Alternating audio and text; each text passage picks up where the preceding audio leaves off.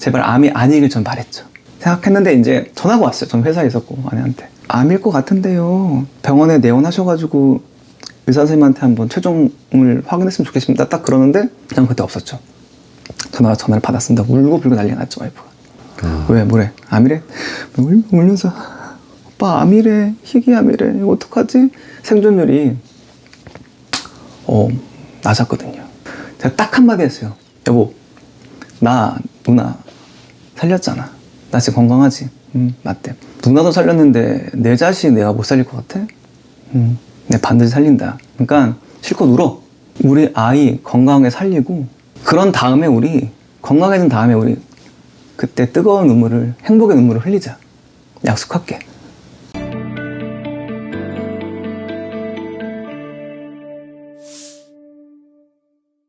인사해. 안녕하세요. 안녕. 얘가 지우고 네. 첫째 지수, 딸 아니면 아들입니다. 인사해. 안녕. 잠깐 방에 들어가 있어. 인형들이 되게 많네요. 네, 맞아요. 저희 사실 아이들이 인형을 좋아해가지고 그냥 예. 이렇게 쭉 깔아놓고 어. 피부에 민감한 것들은 바로바로 이제 야 붙지 마! 이렇게 바로 이제 스킨케어하고 제가 이렇게 막 발라주거든요. 누구한테 발라주는 거예요? 아무래도 둘째가 이제 아. 암 환자이다 보니까 조금 이 피부에 민감해서 어느 정도 수분감이 좋은 것들은 발라주긴 해야 돼요. 그래서. 아니 근데 아까 잠깐 말씀하셨는데 네네. 어떤 좀 스토리가 좀 있으신 거예요? 사실 저는 한 20대부터 한 40대까지 보면은 10대, 20대는 되게 굉장히 활발하게 잘 내가 살았다 생각하는데 어떤 결혼하고 나서 35 결혼했는데 그때부터 어떻게 보면 확 꺾이는 그런 어떻게 보면 그래프로서 보면은 그런데 첫째는 이제 내가 결혼하고 아이 낳고 한 10개월 됐을 때 누나가 이제 많이 아파서 간을 이식해주지만 안 되면 이제 죽음 직전에 있었기 때문에 간을 내가 당연히 결혼 안 했으면 당연히 준다고 말씀드렸을 텐데 전 결혼도 했고 사실 아이도 이제 딱 태어난 지 10개월이 됐고 그때 많이 혼란스러웠죠. 솔직히 말씀을 드리면. 근데 누나를 살리고자 하니 간을 통째로 주신 거예요? 아니요. 간에 거의 한 80%를 이제 공여를 했죠. 누나한테. 누님이 어떤 투병을 하셨던 거예요? 누나가 이제 급성 간경화가 왔어요. 1년 정도 만에 급속적으로 이제 악화돼서 예. 간을 이식받지 않으면은 이제 죽게 되는 누나 거의 손발이 묶여가지고 이러고 안 좋은 상태였죠. 그런 이제 급박한 상황에 와서 간 이식이 아니면 안 된다고 이제 최종 결론을 내렸고 네. 엄마 아빠 뭐 누나 다 들어오라 그러니까 누나 있었고 매형 들어오라고 해서 이제 의사가 이거 아니면 안 된다 이제 거의 마음의 준비를 하라라고 이제 딱 얘기했을 때 저희 가족은 딱 듣자마자 다 주저앉았거든요. 엄마 아빠 막 엉엉 이제 막 눈물 흘리는데 제가 그때 그랬어요. 엄마 아빠 울지 마.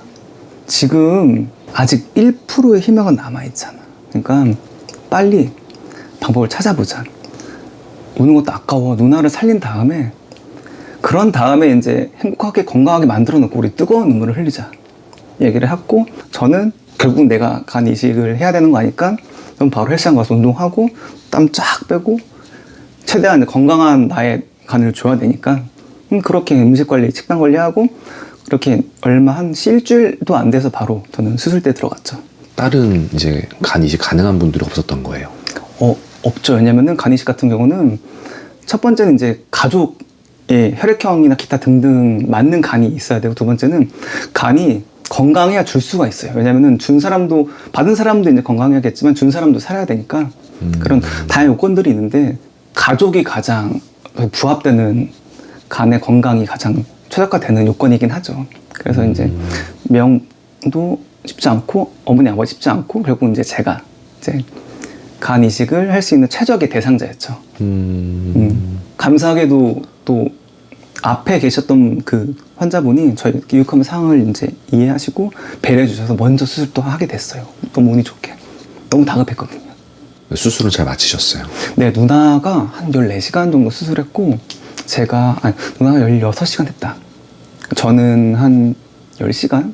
의사쌤이 그랬어요, 전날. 5명 중에 한두 명은 도망간대요. 당일날. 왜요? 두려운 거죠.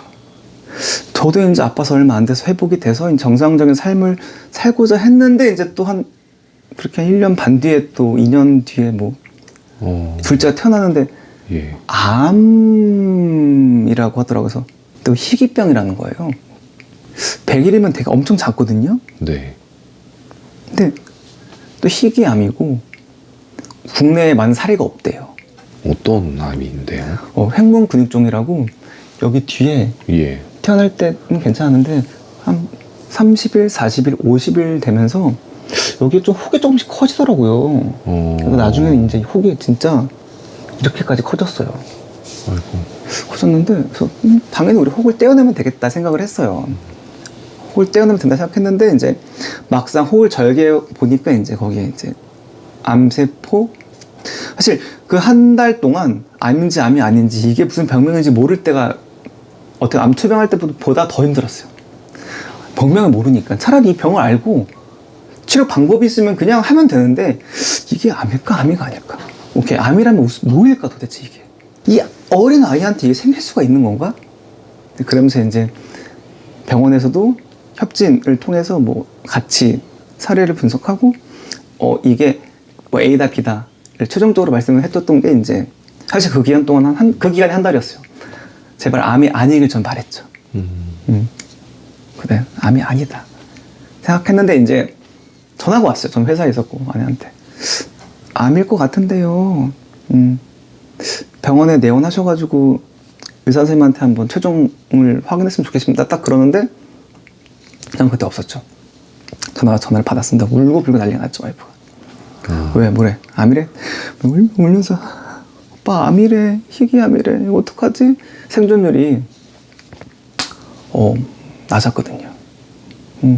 그래서 제가 딱 한마디 했어요. 물론 저도 슬프지만 제 가장이잖아요. 제가 흔들리면 안 돼요. 여보 나 누나 살렸잖아. 나 지금 건강하지? 맞대. 오케이. 누나도 살렸는데 내 자식 내가 못 살릴 것 같아? 내 반드시 살린다. 그러니까 실컷 울어. 실컷 울었어. 몇 분 울었어. 그다음에 그러면 다 울었어? 우리 아이 건강하게 살리고 그런 다음에 우리 건강해진 다음에 우리 그때 뜨거운 눈물을 행복의 눈물을 흘리자. 약속할게. 진정이 좀 됐을 때 그러면 오빠 말대로 우리 아이 건강하게 최대한 만들어 보자. 그래서 그 다음부터는 되게 와이프가 더 강해졌어. 저보다 더 강해졌어요. 강직하게 받아들였죠. 사실 그때 무슨 마인드냐면 머리로는 이해할 수 있는데 가슴으로 인정을 해야 돼요. 머리 알았어 하면 이게 아니라 가슴으로 인정하고 받아들여야 돼요. 그게 빨라야 우리 아이를 지킬 수 있는 시간이 길어요. 그걸 자꾸 부정하고 아니야 아닐 거야 라고 하는 것보단 받아들였어. 암이래. 오케이. 그러면 어떻게 하면 이 아이를 살릴 수 있을까? 그때부터 그 방법을 더 찾았죠. 생각 긍정적으로, 마인드 더 밝게, 육체 건강해야 돼. 그래야 아이를 살릴 수 있으니까.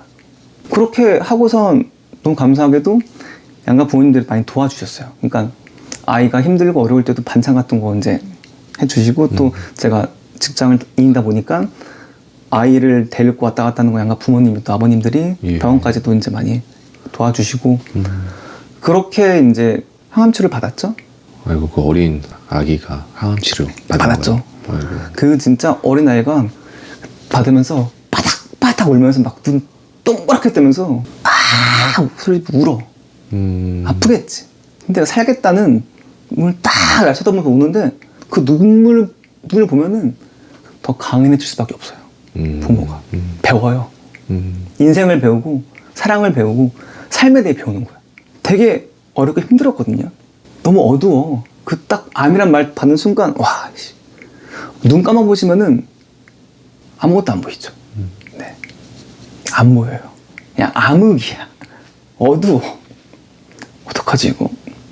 근데 전 딱 이렇게 생각했던 게 뭐냐면 어두운데 이거는 동굴과 터널이 있어요. 동굴은 끝까지 가도 빛의 한 줄기가 보이지 않는 어둠인데 우리가 걸어가는 이 길은 동굴이 아니라 터널이다. 저 길 끝에 분명히 빛이 있거든? 당장은 보이지 않지만 저 빛이 끝에 있다는 거를 생각하고 여기고 그냥 어쨌든가 고난을 해결할 수 있는 거를 끝까지 밀고 나가면 반드시 해결할 수 있다. 그래서 우리는 동굴이 아니라 터널을 지나고 있어. 그때는 뭐 사실 생존율도 낮았고 항암치를 몇 차까지 해야 될지도 모르고 근데 그런 마인드로 계속 2차, 3차 하면서 더 소가 이제 되새김질 하듯이 저희도 네. 계속 되뇌었죠. 매일매일. 항암 치료를 계속 받다가 좀 호전되고 그런 과정이 있었던 거예요? 네, 맞아요.